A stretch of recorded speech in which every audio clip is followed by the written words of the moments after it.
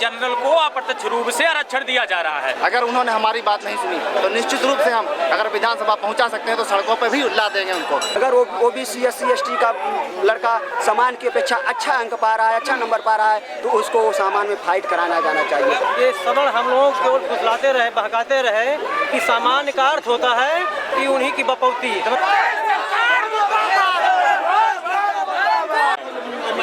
मैं आपकी आवाज को ताकत देने के लिए यहाँ पर आई हूँ। ओबीसी केवल 4.7% की भागीदारी सुनिश्चित हो पाई है और दलितों को आरक्षण की व्यवस्था मिले हुए 60 वर्ष से ज्यादा का समय गुजर चुका है, लेकिन उनकी भी क्लास 1 की नौकरियों में भागीदारी और प्रतिनिधित्व केवल 12% तक पहुँच पाया है।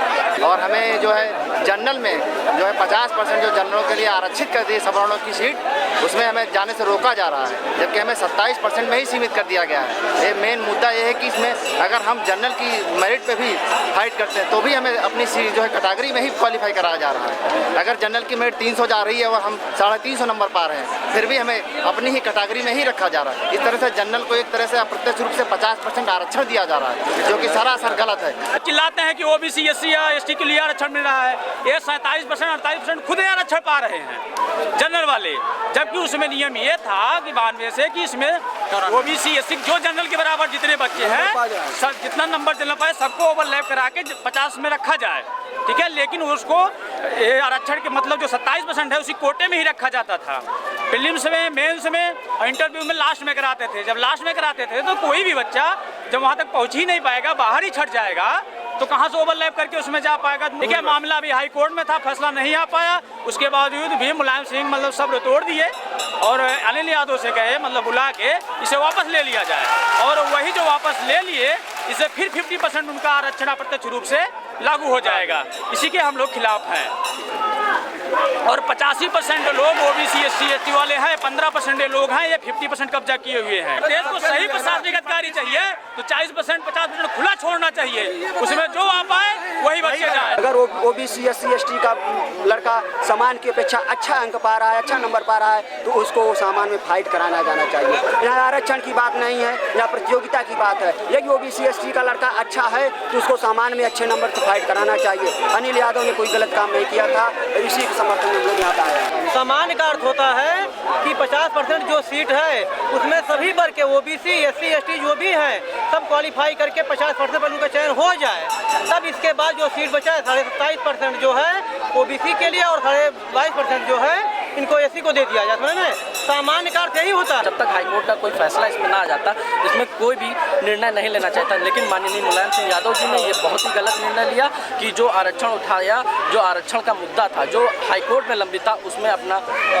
बयान जो दिया, उसमें जो बयान दिया मैं उसकी कड़े शब्दों में निंदा करता हूँ और मैं चाहूँगा कि वो आरक्षण नियम फिर से लागू किए जाएँ, जिससे हम ओबीसी भाइयों को, हम ST SC भाइयों को इसका फ़ायदा मिल सके। पिछले 400 सालों से हम पे राज किया जा रहा है, हम लोग को कोई मतलब नहीं। इस जो बाबा साहब भीमराव अम्बेडकर ने हम लोग के लिए जो संविधान बनाया था उसमें हम लोग को लिए एक बहुत बढ़िया एक ऐसी व्यवस्था दी थी जिस हिसाब से हम लोग को कुछ ना कुछ फ़ायदा मिलता, जिससे हम लोग आगे बढ़ सकते थे, लेकिन हमारे राजनेताओं की वजह से हम लोग को उस आरक्षण का सही लाभ नहीं मिल पा रहा था।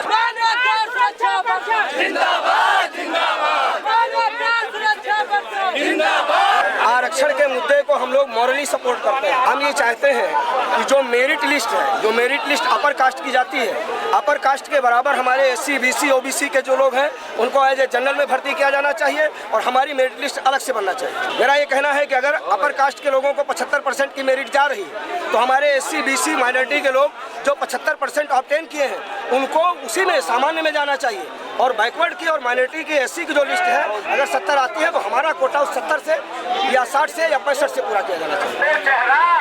सारा क्रियाक्रम कराता है, पेंटा परवाता है, वही चेहरा आपके आरक्षण का विरोध करता है।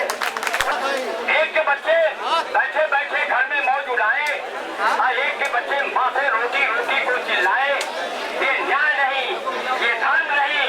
किन मांगों को लेकर आज इलाहाबाद से स्तमतमाती उमस भरी गर्मी में आप लखनऊ विधानसभा आए? हमने आरक्षण की मांग को लेकर लखनऊ इलाहाबाद में प्रदर्शन किया।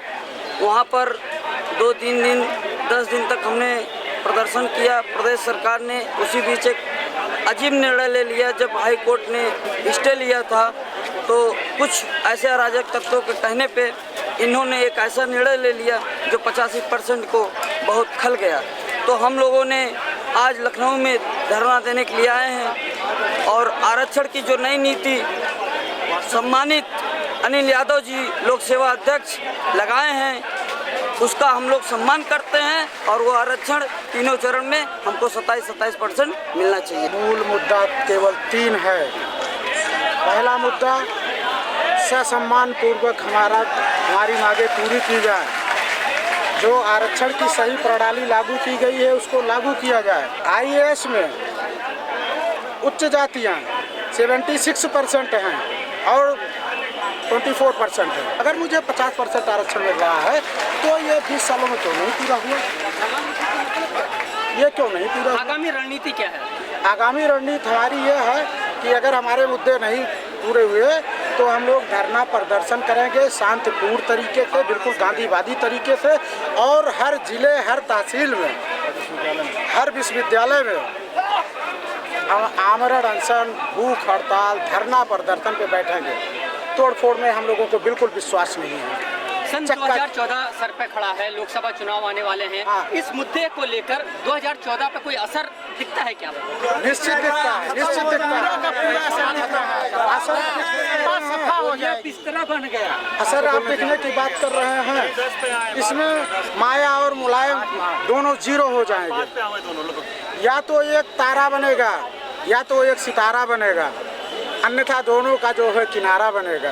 प्रमोशन में हम लोगों को आरक्षण चाहिए। इतने समय के बाद पहली बार लोक सेवा आयोग में त्रिस्तरीय आरक्षण की व्यवस्था की गई और ऐसे समय में जब मामला इलाहाबाद उच्च न्यायालय में लंबित था तो प्रदेश के मुखिया की ऐसी कौन सी मजबूरी थी, ऐसा कौन सा दबाव था जिसके तहत उन्होंने उच्च न्यायालय के आदेश को आने से पहले ही आरक्षण की त्रिस्तरीय व्यवस्था को वापस ले लिया। मैं प्रदेश सरकार को आगाह करना चाहता हूँ, वो 15% लोगों की वोट लेना चाहते हैं या 85% का हुजूम अपने साथ लेकर चलना चाहते हैं और जिस तरह से हमने संघर्ष करके प्रदेश में सरकार बनवाई उसी तरह से हम लोगों की अपेक्षाएं थी कि यदि में प्रदेश में यदि हमारा मुखिया है, हमारी मांगे उचित ढंग से मानी जाती हैं तो केंद्र सरकार बनवाने का कार्य हम अच्छे ढंग से करेंगे। लेकिन हमारा मुखिया प्रदेश सरकार में होते हुए भी हमारे अधिकारों का हनन हो रहा है। 15% लोगों की भागीदारी बढ़ाई जा रही है। ऐसी स्थिति में लोकसभा चुनाव में हम चेतावनी देना चाहते हैं कि लोकसभा के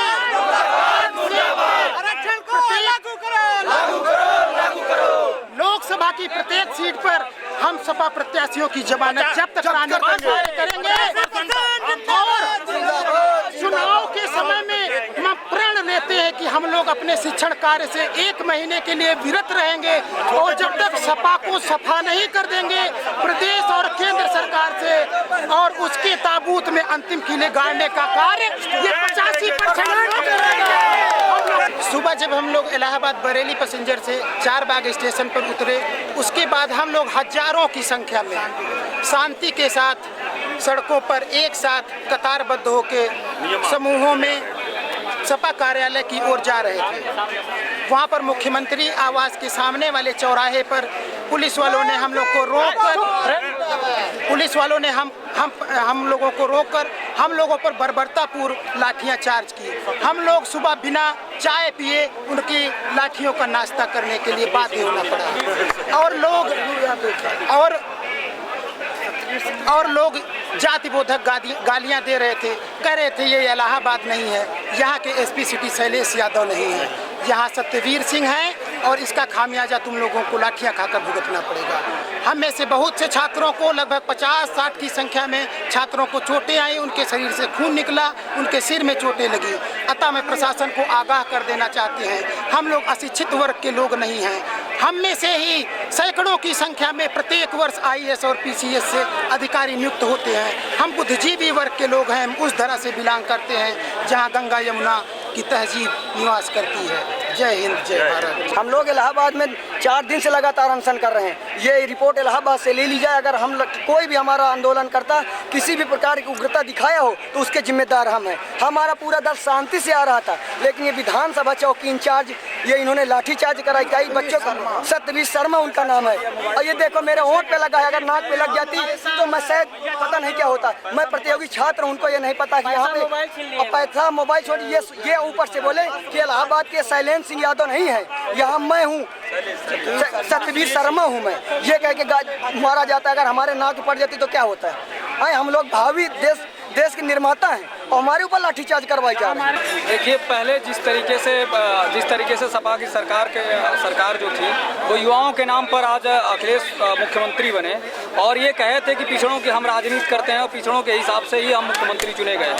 लेकिन जिस तरीके से अखिलेश ये युवाओं के पिछड़ों के नाम पर जिस तरीके से धोखा कर रहे हैं, यह निश्चित रूप से बहुत एक अन्याय है हम लोगों के साथ में। इससे हमारे ढेर सारे युवा इकट्ठा हुए हैं और ये हम लोग इस लड़ाई को एक मुकाम पर लेकर के जाकर के ही छोड़ेंगे कि जिस तरीके से आरक्षण के नाम पे हम लोगों को लॉलीपॉप थमा करके और ये राजनीति कर रहे हैं लोग। 50% एक तरफ आरक्षण सवर्णों को दिया गया है और 27% के नाम पे केवल एक छलावा है। लोगों को ऐसा लग रहा है कि ये 85 है। 85 नहीं है और ना ही 2006 है, ये लड़ाई 2013 की है। अब हम निश्चित रूप से एक मुकाम पर आकर के ही इसको छोड़ेंगे और ये इनको एहसास करा देंगे कि जिस तरीके से आरक्षण के नाम पे हमको धोखा दे रहे हैं लोग, हमको अंधेरे में रखे हैं। अब पारदर्शी होनी चाहिए लड़ाई। जिस तरीके से परीक्षा के नाम पे 3 चरण में परीक्षा होती है, अगर आरक्षण लागू करना है तो निश्चित रूप से एक परीक्षा कराई जाए और उसमें यथास्थिति जिस तरीके से 3 चरण में करा करके छांट दिया जा रहा है वह 1 चरण में कराया जाए। जिस तरीके से पहले लोग सोचते, अल्पसंख्यक जिस तरीके से लोग सोचते थे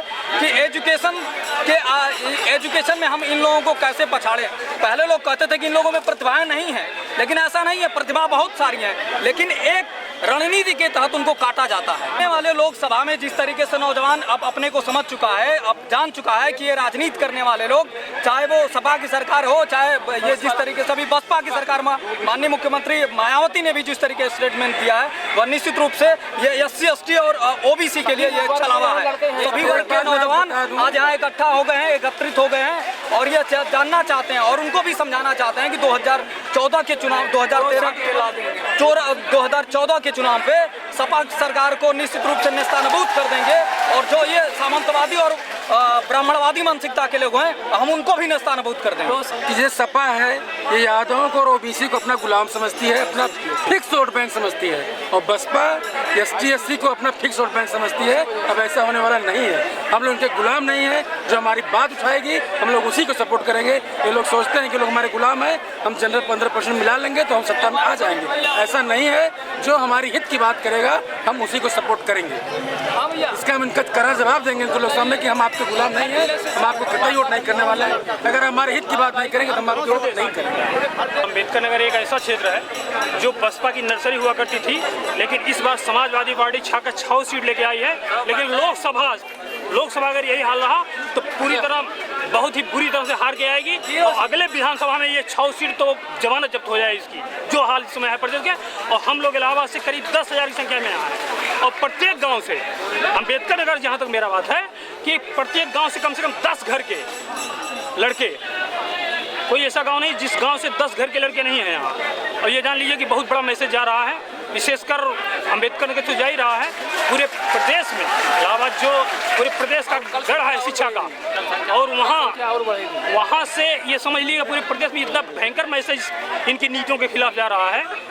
जुलाई की इस मस्त भरी गर्मी में 10,000 से भी ज़्यादा युवा आज लखनऊ विधानसभा के सामने धरना स्थल पर मौजूद था।